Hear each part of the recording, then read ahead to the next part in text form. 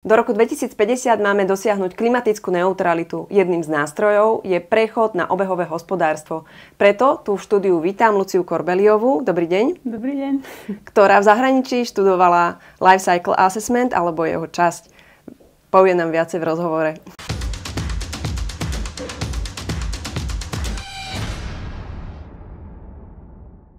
Lucia, jedným z nástrojov teda je prechod na obehové hospodárstvo. Podniky už čoskoro budú musieť spracovávať nefinančné výkazy, podľa ktorých sa určí, či sú naozaj na správnej ceste a či podporujú túto víziu. Čiže jedným z údajov bude aj Life Cycle Assessment, v skratke LCA, posúdenie životného cyklu výrobku. O tom sa dnes budeme rozprávať.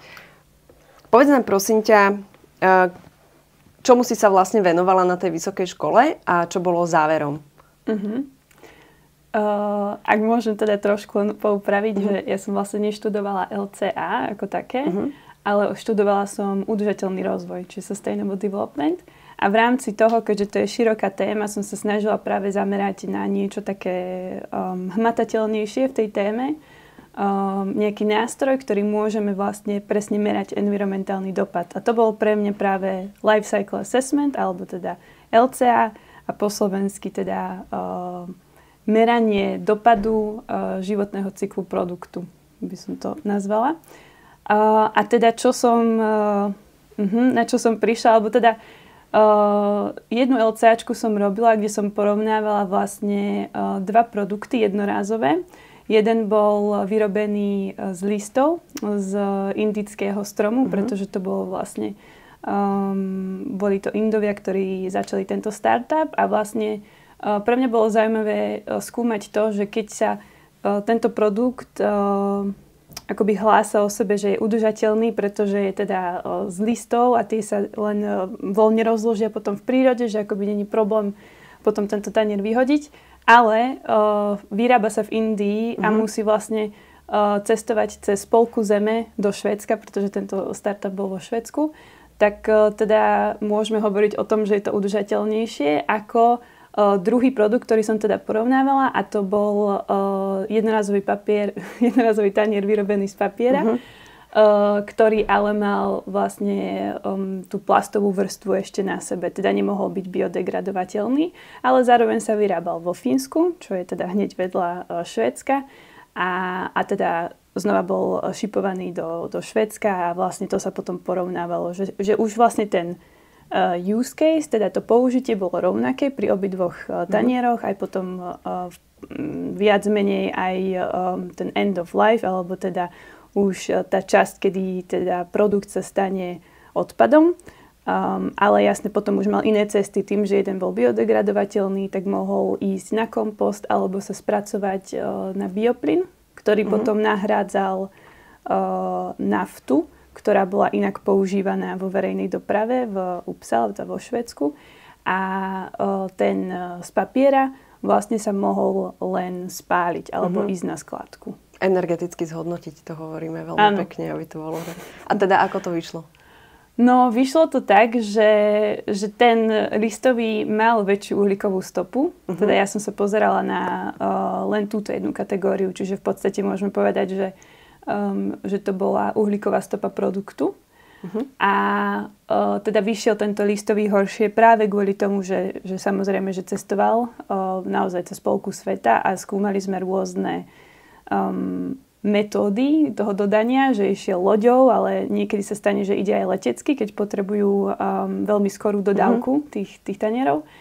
No a tento papierový vlastne išiel vyslovene len po ceste, že land transportable. Ale vlastne potom sme navrhli rôzne metódy, ako by sa tá uhlíková stopa dala znížiť pri tom listovom tanieri.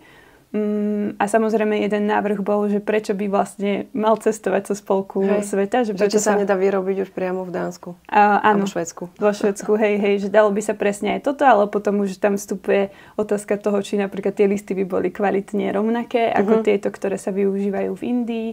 A teda, že mohol by sa samozrejme používať aj v Indii, že nemusel by cestovať cez celý svet.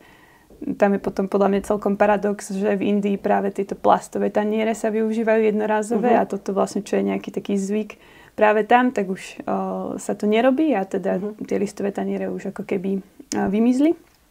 No a tam ešte išlo aj o to, že v Indii je veľmi je energetický mix, ktorý je veľmi zaťažený na fosílne palivá, teda závislý od fosílnych palív. Tým pádom ten emisný faktor za spotrebu energie bol takisto vysoký. Čiže keby sa tá výroba listového taniera presunula napríklad do Švédska, kde ten emisný faktor energie není taký vysoký, tak aj to by veľmi výrazne znížilo uhlíkovú stopu toho produktu. Takže super. Asi tak. K jednorazovosti toľko a najlepšie je opakovane použiteľné. Áno. Alebo banánové listy používali namiesto tanierov, som si všimla. Áno, presne tak. Také, čo sa presne rozložia, lebo keď ale už bez potreby nejakej prípravy, alebo že zoberú ten list, oplachnú ho a na tom servírujú rýžu a kdečo a jedli v podstate rukami. Áno. Indovia. Lebo keby vlastne máme aj teda niečo opakovateľne použiteľné, tak keď je to znečistené už nejakou potravinou, tak musíme ako keby nejakú energiu vynaložiť, potom to umyť a tak ďalej. Hej, že to je nejaký dopad. Ale vlastne keď je to niečo takéto ako list, čo znečistíš potravinou, ale vieš to potom znova spätne vrátiť do prírody a stane sa z toho znova materiál, tak vlastne akoby není tam nejaký extra effort, extra energia, ktorú ty vynaložíš na to, aby si ho to znova mohla použiť. Čiže dokonalá obehovosť. Vyriešili Takto by sme túto otázku. Prečo už nestačí vypočítavať len uhlíkovú stopu, ktorá bola svojho času veľmi atraktívna a firma si prepočítavala každý produkt, každú aktivitu práve na túto hodnotu? Veľmi dobrá otázka a preto vlastne sa zaoberáme LCAčkou a taká ako keby zjednodušená odpoveď je, že lebo nežijeme v jednoduchom svete a rozprávame sa teraz o tzv. Wicked problems, to znamená, že sú to nejaké komplexné problémy, ktoré aj v rámci udržateľnosti nehovoria len o životnom prostredí a dopade na životné prostredie, ale vlastne vstupuje do toho aj aspekt spoločnosti, ako napríklad nejaké tie environmentálne problémy dopadajú alebo pôsobia na spoločnosť ako takú, že aké efekty vlastne tieto nejaké katastrofy environmentálne majú na spoločnosť a napríklad aj na ekonomiku ako takú. Čiže to sú tie ako keby 3 aspekty udržateľnosti. A už len klimatická kríza je veľmi komplexný problém a zasahuje väčšinu aspektov nášho života. A to, že ja napríklad si zoberiem auto, premiestním sa z A do B, vypustím nejaké emisie skleníkových plynov na nejakej mojej malej dedinke na Slovensku, ale to vplýva na celkový balans skleníkových plynov globálne a to ovplyvňuje potom počasie na celej Zemi a to ovplyvňuje hladinu morí a tak ďalej. To akoby obraz toho, ako komplexné to všetko je. A len taký jednoduchý príklad, prečo teda nie uhlíková stopa len, ale aj iné kategórie sú dôležité. Že dajme tomu, že nejaký investor, ktorý si povie, že chce začať vyrábať batérie do elektrických aut. To je veľmi aj taká súčasná téma. A teraz si vyberie miesto, kde momentálne je nejaký trávnatý porast, sú tam nejaké lesy alebo stromy, ale kvôli nejakému dôvodu toto si vyberie ako za to miesto, kde chce mať túto továreň. Teda musí vyrúbať všetky tieto stromy, dať preč tú trávnatú plochu, začať stavať. A pri výrobe batérií sa používa veľa ťažkých kovov, ktoré sú aj vlastne jedovaté a veľmi negatívne vplývajú na ekosystém, ale aj ľudské zdravie. A kebyže si tento výrobca teda zoberie len do úvahy pozerať sa teda na uhlíkovú stopu tej svojej batérie, ktorú vyrobí, bolo by to možno aj nejaké nízke číslo podľa toho, ako by vyrábal tie batérie, ale nepozeral by sa napríklad na, v LCA sa to nazýva ekotoxicita, alebo human toxicity, teda nejaký dopad na ľudské zdravie, tak vlastne by naozaj nepozeral sa na celý environmentálny dopad tej svojej činnosti, tej svojej továrne, lebo pri výrobe týchto batériek sa napríklad používa aj kadmium, čo je veľmi jedovatý plyn a môže veľmi negatívne ovplyvniť ľudské zdravie vlastne v tom okolí. Čiže, alebo ešte jeden príklad, aj prečo som povedala, že na začiatku teda, že tam boli stromy a trávnatá oblasť a tak ďalej, lebo to má takisto dopad znova aj na uhlík, lebo tá trávnatá plocha a tie stromy majú schopnosť zadržiavať uhlík. A keď ja to zmením, zmením krajinu v podstate toho miesta, tak tým pádom už vplývam aj na biodiverzitu, lebo strácam nejaké species, nejaké stanoviska, druhy, kde žijú tie druhy. Áno, druhy a zároveň teda aj tú schopnosť zadržiavať uhlík v krajine. Tým pádom to znova ovplyvňuje moju uhlíkovú stopu. No a teda toto ja som povedala, že pozeráme sa na uhlíkovú stopu, ktorá mi dá nejaké číslo, ale zároveň, keď sa pozerám na ďalšiu kategóriu ecotoxicity, tam mi môže byť ďalšie nejaké číslo, ktoré môže byť vyššie ako tá uhlíková stopa. Potom mám human toxicity, mám ďalšie číslo. Land use change, to je vlastne toto, čo som teraz povedala, že vlastne ovplyvním to zachytávanie uhlíka, alebo teda mám nejaké číslo, ktoré mi povie, že koľko druhov som teraz napríklad ovplyvnila a tak ďalej. Čiže keďže sa jedná o komplexné problémy, potrebujem sa aj komplexne pozerať na to meranie dopadu a potom nejak vyhodnotiť, že čo je pre mňa akoby najdôležitejšie z toho dopadu. Ako dlho sa vypočítava táto hodnota LCA? Taká diplomatická odpoveď. Vždy záleží od produktu, samozrejme. Kedy sa začalo s tým výpočtom? Kedy niekto prišiel a povedal, že tá uhlíková stopa je vytrhnutá z kontextu, je to len jeden z mnoha údajov, nereflektuje externality, poďme spraviť nejak komplexnejšie číslo a vymyslelo sa LCA? Ja som si teda trošku pozerala túto históriu LCAčky a nebolo to úplne tak, ako to hovorí, že by sme si povedali, že uhlíková stopa nie je dostatočná a poďme spraviť niečo iné. Skôr to začalo z takého kontextu globálneho, že teda prvýkrát sa začalo hovoriť o nejakých limitoch na nerastné suroviny a energiách v 60. rokoch 20. storočia, kedy sme si vlastne začali uvedomovať, že nemôžeme do nekonečna len ťažiť a nič vlastne ani nevrácať ďalej, alebo teda naspäť prírode, alebo teda technosfére. A teda začali sme mať záujem to nejakým spôsobom vedieť vyčísliť, merať a zároveň aj vedieť to do budúcna projektovať, alebo teda vedieť odhadnúť. No a veľmi kľúčové bolo v 72. vyšla taká veľmi dôležitá štúdia, ktorá sa volala Limits to Growth. A to bolo vlastne vtedy, keď sme začali so systémovým modelovaním, ako keby aj na globálnej úrovni, kedy vlastne to bol taký tím vedcov, kde bola vlastne Donella Meadows, taká veľmi známa vedkyňa, ktorá hovorila o systémovom modelovaní a oni vlastne prvýkrát pomenovali efekty zvyšujúcej sa populácie na Zemi a aké to má teda efekty na klímu a aj na nerastné suroviny a našu ťažbu a používanie a tak ďalej. A prvýkrát teda vedeli predpovedať, aké to môže mať teda následky do budúcnosti.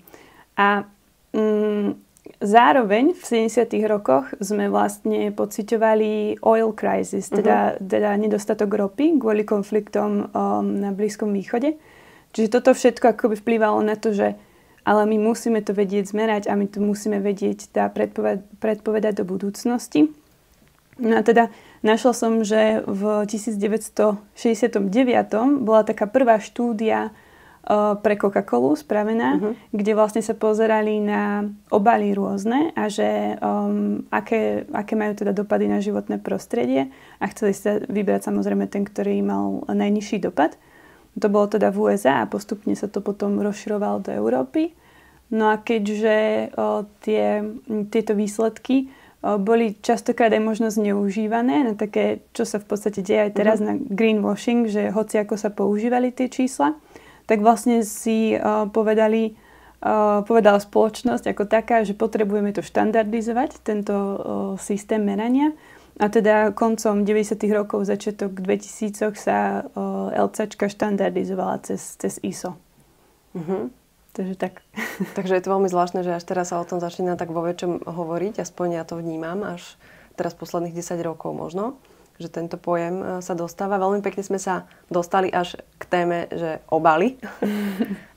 Aký profit by dokázal priniesť výrobcovi, ak by sa rozhodol ísť presne touto cestou, že si spraví štúdiu na svoje obaly, ktoré bežne používa a chcel by sa tým prezentovať? Profit myslíš ako nejaký voči biznes, zákazníkovi, alebo či by to bol nejaký významný preňho možnosť použitia v konkurenčnom boji napríklad, alebo v budúcnosti.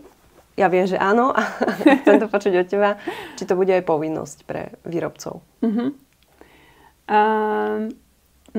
Ja si myslím, že v prvom rade idem tak z rôznych smerov. V prvom rade LCA je veľmi zaujímavý nástroj pre výrobcov na spoznanie svojho produktu. Lebo vlastne výrobca má samozrejme informácie o tom, čo sa deje v tej svojej vlastnej výrobe, v tých svojich hraniciach. Ale možno nemá až tak veľa informácií o svojom dodávateľsko-odberateľskom reťazci. A to je vlastne ten pohľad životného cyklu produktu. Že ja vlastne tým, že robím tú analýzu, tak potrebujem vedieť tie dáta od svojich dodávateľov, že skadiaľ oni berú tie svoje materiály na to, aby ten materiál sa nakoniec potom dostal ku mne, aké energie používajú a tak ďalej a tak ďalej. Čiže to je z môjho pohľadu výhoda, že sa dozviem o svojom produkte oveľa viac a možno viem odkryť potom nejaké skryté problémy alebo viem odkryť práve nejaké príležitosti pre zmenu vo výrobe, ktoré mi vedia priniesť aj či už nejaké finančné výhody, že si viem znížiť napríklad spotrebu energie alebo odpadu, o ktorých som predtým nevedela v tom celom svojom reťazci. Alebo viem si na základe tzv. Hotspotov v tom svojom životnom cykle zmeniť tú výrobu alebo zmeniť dizajn produktu tak, aby vlastne som si znížila aj dopad environmentálny svojho produktu. A samozrejme je to aj konkurenčná výhoda už teraz v súčasnom svete, kde vlastne sa naozaj veľa environmentálnej legislatívy v podstate valí v úvodzovkách na firmy. A aj spoločnosť podľa mňa dáva už oveľa väčšiu váhu na to, aký dopad majú spoločnosti a ich produkty na životné prostredie a spoločnosť. Tak tým, že sa viem preukázať nejakým číslom, ktoré aj v najlepšom prípade je verifikované ešte treťou stranou, je podľa mňa veľmi veľká konkurenčná výhoda oproti niekomu, kto si to vlastne vôbec ani len nevšíma alebo nechce sa tým zaoberať. Áno, už je teraz len krok v podstate na tých spotrebiteľoch, aby na to začali reflektovať a aby si vyberali presne podľa týchto kritérií. Aby nezvýhodňovali práve toho, kto nemá také číslo a možno má nižšiu cenu za produkt, ale brali na seba aj túto zodpovednosť, pretože je to zodpovednosť toho konečného spotrebiteľa, čo si zvolí a čo vlastne pustí do svojho života. A ďalej, z čoho potom vznikne aj ten odpad neskôr. Však o tom je ten celý životný cyklus vlastne toho výrobku. Čo je potrebné k tomu, aby sme vypočítali takúto hodnotu LCA? Čo musí všetko zadať tá firma, ten výrobca? Možno je dobré si povedať na začiatku, ako vlastne LCA prebieha, aby sme vedeli si predstaviť, že čo je teda potrebné. A na začiatku je možno fajn si spraviť tzv. Flowchart celého životného cyklu toho produktu, kde si vlastne premietnem všetky tie procesy, ktoré ja potrebujem na to, aby niekde sa vyťažil ten materiál alebo materiály, ktoré potrebujem na to, aby teda raz prišli ku mne do výroby a ja teda vyrobím ten produkt a potom Samozrejme už je to na nejakej báze odhadu to, ako je používaný ten produkt, lebo niekedy to samozrejme nemôžem 100% vedieť, tak to potom teda odhadujem. A teda aj na konci životnosti produktu možno tiež výrobca nevie 100% povedať, čo sa s ním stane, lebo to v podstate nemá nejako ovplyvniť. Závisí od produktu. Ale teda rozdelím si to na tie jednotlivé procesy a pri každom tom procese sa pozerám na všetky vstupy a výstupy, ktoré mi z každého procesu vstupujú teda a odchádzajú. No a tie vstupy sú buď energie, alebo teda nerastné suroviny, alebo produkty, ktoré už boli nejakým spôsobom spracované. To sú nejaké 3 druhy vstupov a tie výstupy sú buď nejaký odpad pevný, alebo tekuté, alebo to je nejaké emisie do vzdušia, do vody, tak ďalej. Takže v podstate takto nejak jednoducho to môže aj znieť, ale práve ten zber dát je vždy veľmi najťažší a veľmi časovo náročný. Ale kľúčový. A veľmi kľúčový, áno. A vždy vlastne by sme mali dbať o to, že tam, kde vieme získať tie primárne dáta, tam by sme mali teda naozaj skúšať aj oslovať tých mojich špecifických dodávateľov, aby mi dali tie konkrétne čísla, že teda koľko energie spotrebujú pri výrobe tohto alebo spracovania tohto materiálu, koľko vody, koľko ja neviem, teraz ma nič nenapadne na nejakého materiálu. A to preto, aby sme v podstate vedeli čo najviac alebo čo, ako to povedať, najpresnejšie, ale aby sme nemuseli teda úplne využívať tie sekundárne dáta z databáz, lebo to je vždy nejaký všeobecný údaj, ktorý môže síce platiť v nejakej lokalite, že dám si napríklad, ja neviem, Slovensko, čo tiež za Slovensko v tých globálnych databázach nie je až tak veľa týchto dát, teda, alebo datasetov, čiže vždy to bude len také približné. A práve tento zber dát od svojho dodávateľsko-odberateľského reťazca je veľmi, veľmi časovo náročný a častokrát firmy nevedia odpovedať na tieto otázky. Bude súčasťou ESG vykazovania správy o udržateľnosti aj LCA? Nepriamo. Nepriamo áno. Lebo keď sa na to pozrieme z pohľadu, o čom je vlastne správa o udržateľnosti, o čom je celé ESG, je to vlastne vykazovanie vplyvu spoločnosti na životné prostredie a na spoločnosť. To je teda to E ako environment, S ako social a G je teda governance, teda ako je tá firma spravovaná celkovo, aké to má nejaké etické zásady a tak ďalej.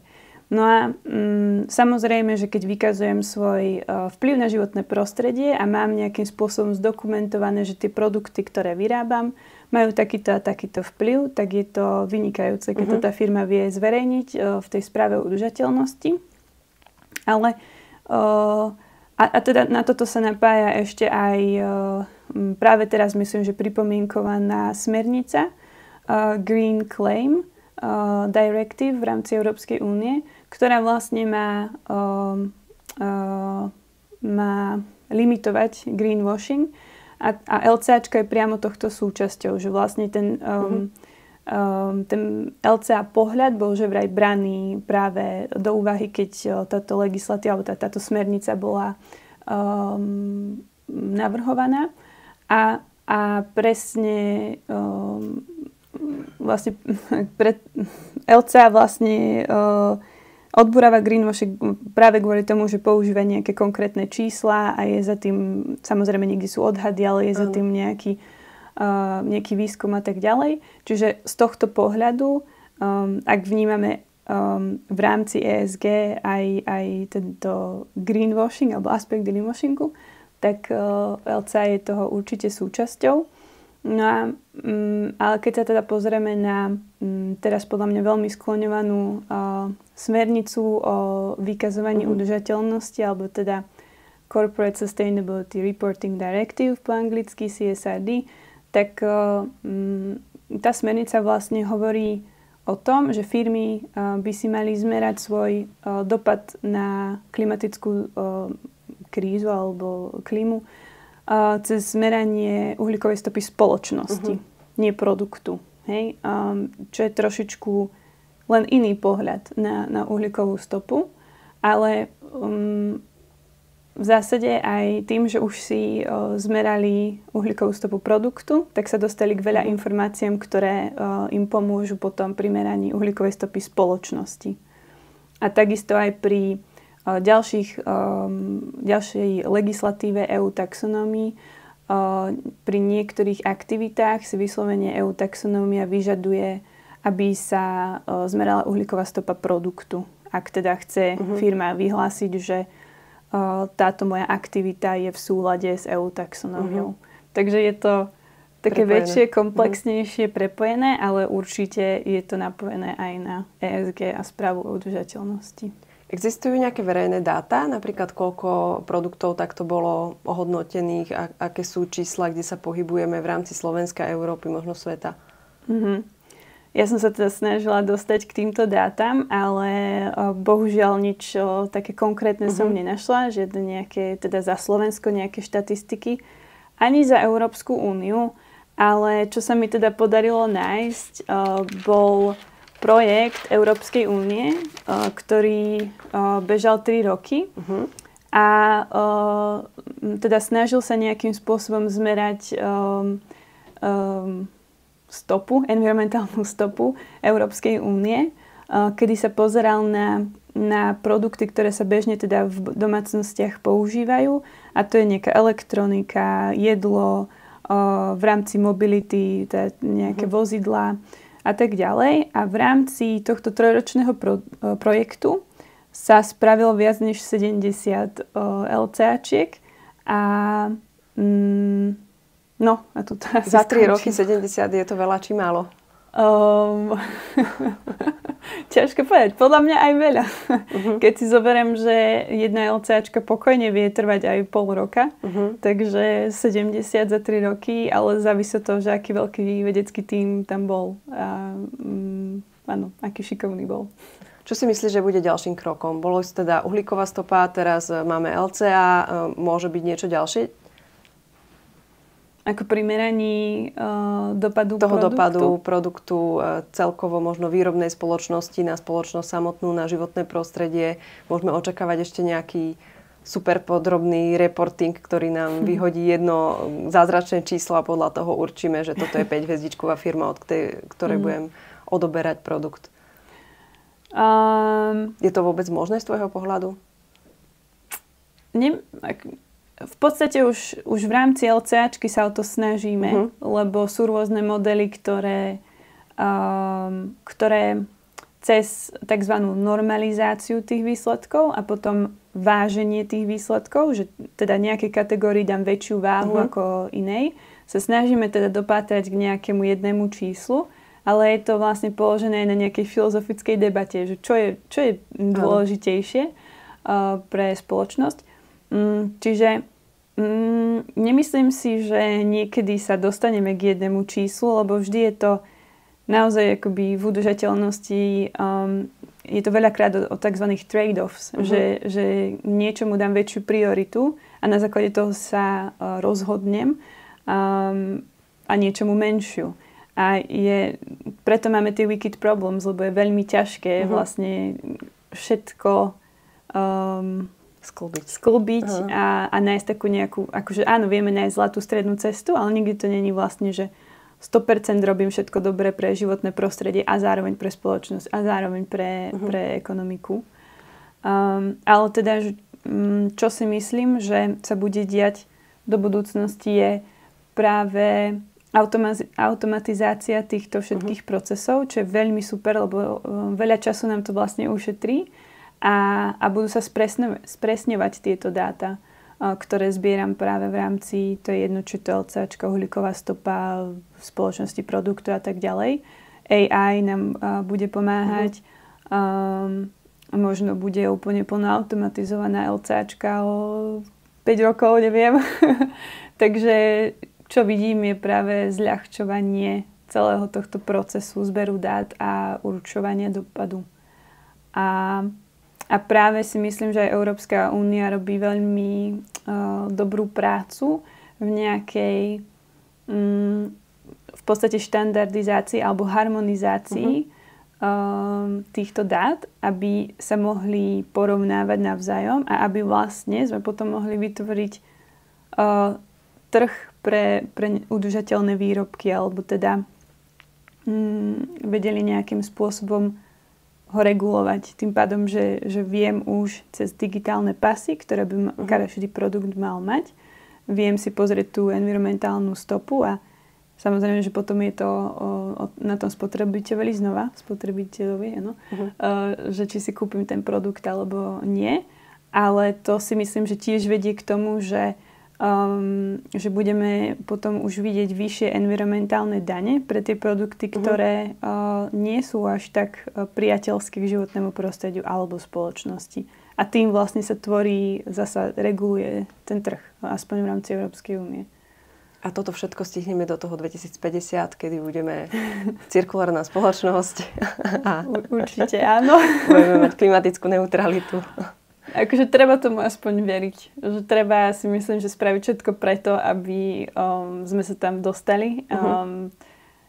Ja si myslím, že som skôr taký realista. Myslím si, že to asi nebude možné, pretože konáme veľmi pomaly na to, čo by sme naozaj mali robiť práve teraz, ale ja sa teda snažím aspoň robiť to, čo viem, aby sa to tak stalo. A myslím si, že veľa ako ľudí... jednotlivec. Áno. Aj veľa ľudí na tejto planete to robí. Tak, aby teda sme boli klimaticky neutrálni 2050. Myslím, že to je pekný záver.